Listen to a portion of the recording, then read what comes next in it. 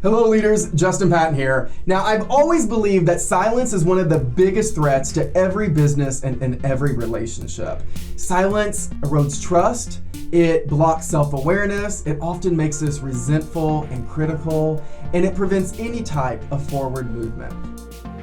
Silence is a choice, but so is loving people enough to tell them our truth. And navigating difficult conversations is never about being comfortable, because the truth is they're almost never comfortable.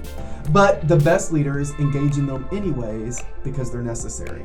So I hope you'll join me and Leadership Louisville for an interactive workshop on difficult conversations.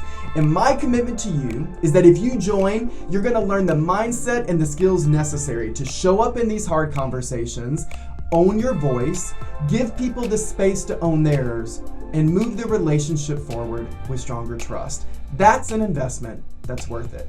I'll see you there.